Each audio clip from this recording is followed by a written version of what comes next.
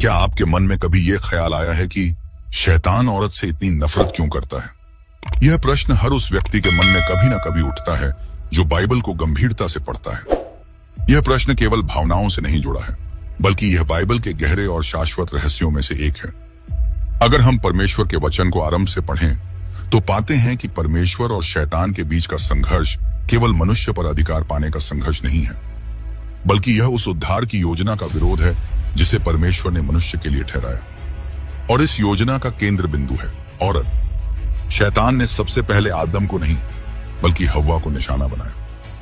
उसने अदन की वाटिका में सीधे जाकर स्त्री से ही बातचीत की और छल से उसे बहकाया। क्यों?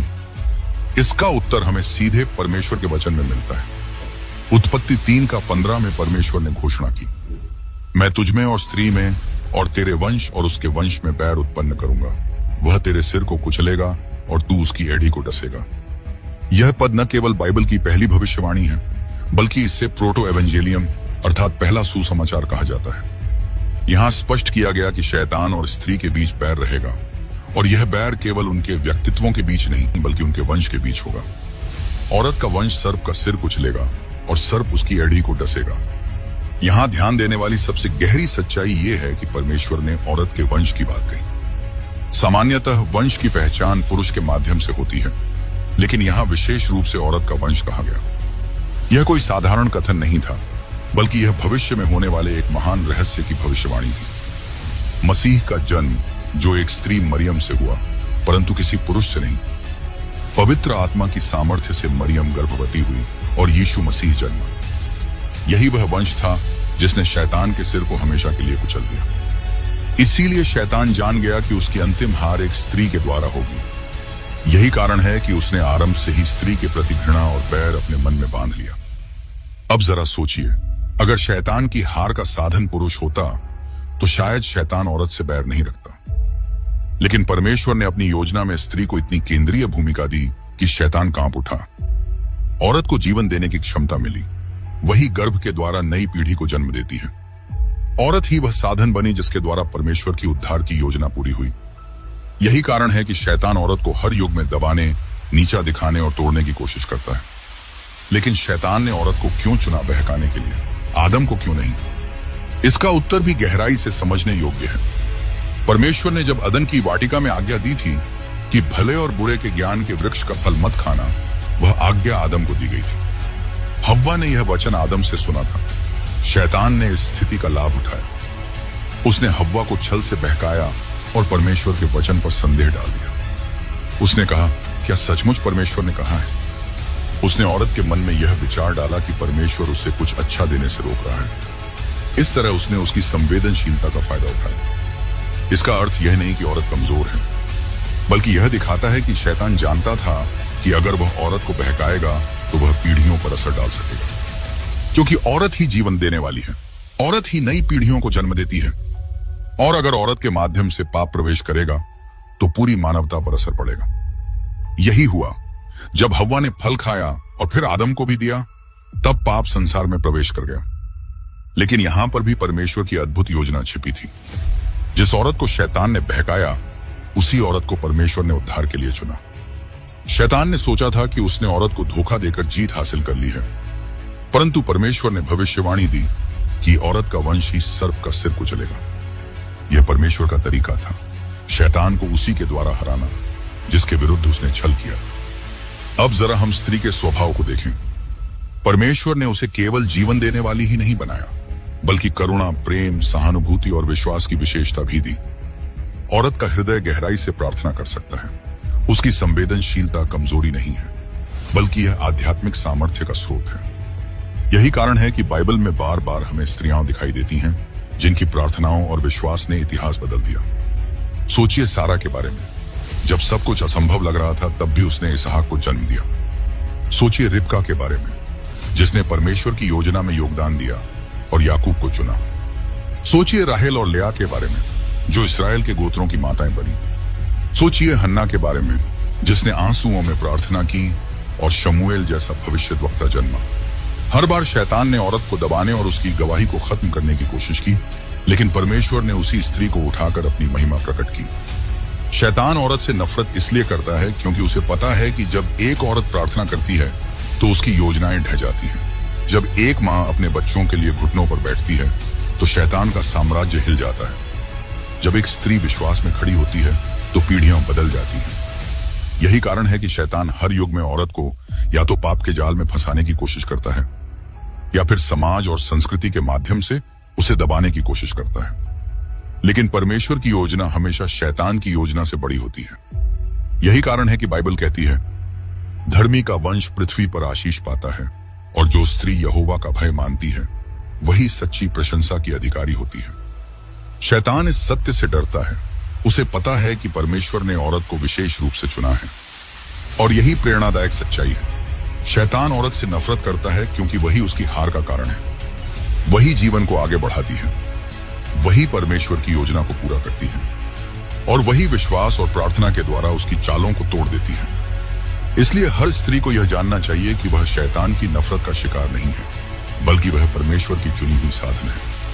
जब हम यह गहरा प्रश्न करते हैं कि शैतान औरत से इतनी नफरत क्यों करता है, तो हमें इस विषय को केवल सतही तौर पर नहीं, बल्कि परमेश्वर की योजना, इतिहास, बाइबल की गवाही और आत्मिक दृष्टिकोण से समझना होगा। यह नफरत कोई साधारण नफरत नहीं है, बल्कि यह उस भविष्यवाणी से जुड़ी हुई है जो अदन की वाटिका में हुई थी और यह उसी से जुड़ी है कि परमेश्वर ने औरत को अपनी अद्भुत योजना में किस स्थान पर रखा है।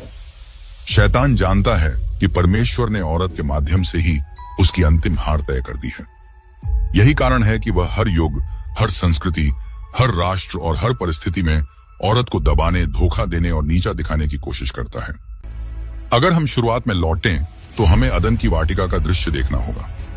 परमेश्वर ने मनुष्य को अपनी छवि और समानता में बनाया। नर और नारी दोनों को परमेश्वर ने आशीष दी और कहा कि फलो फूलो और पृथ्वी को भर दो।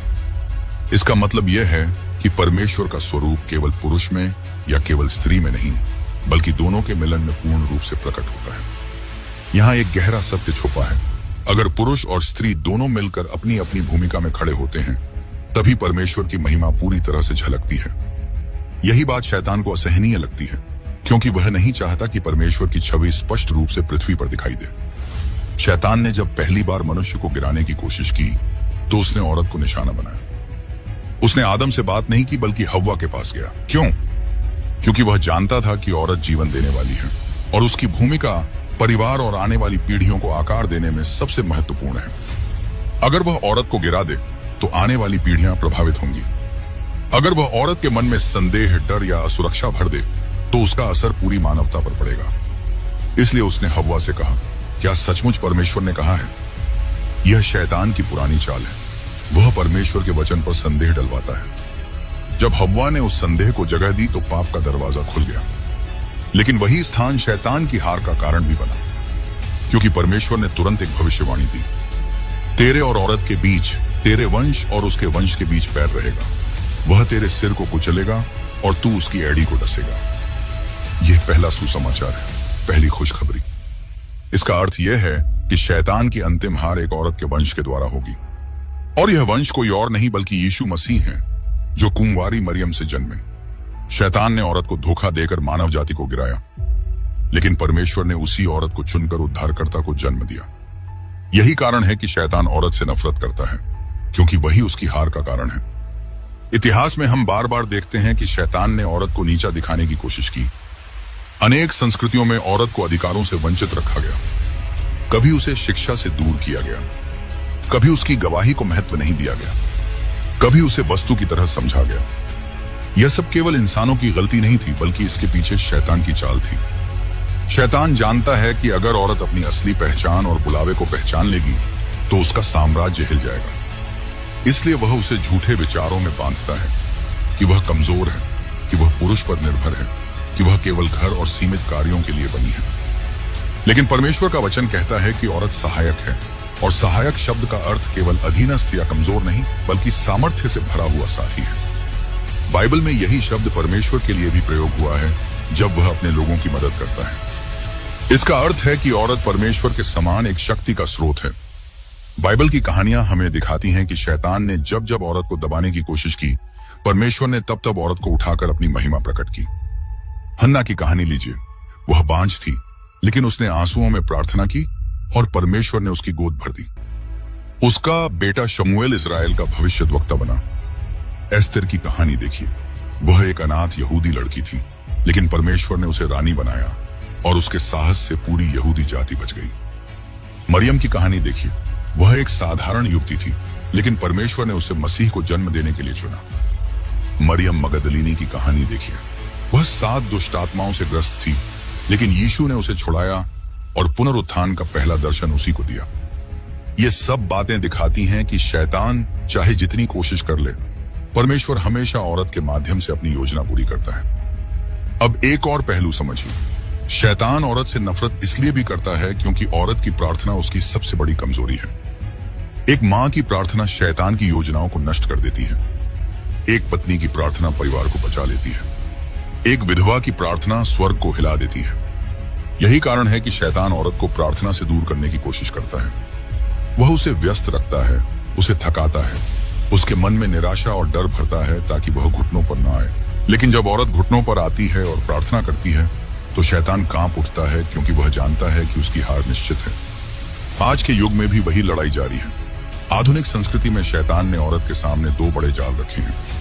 पहला जाल है उसे केवल बाहरी सुंदरता और आकर्षण तक सीमित कर देना। आज की दुनिया औरत की कीमत उसकी आंतरिक शक्ति या आत्मिक सामर्थ्य से नहीं, बल्कि उसकी शारीरिक सुंदरता से जोड़ देती है। दूसरा जाल है उसे दबाकर रखना, उसे अवसर और अधिकार से वंचित रखना।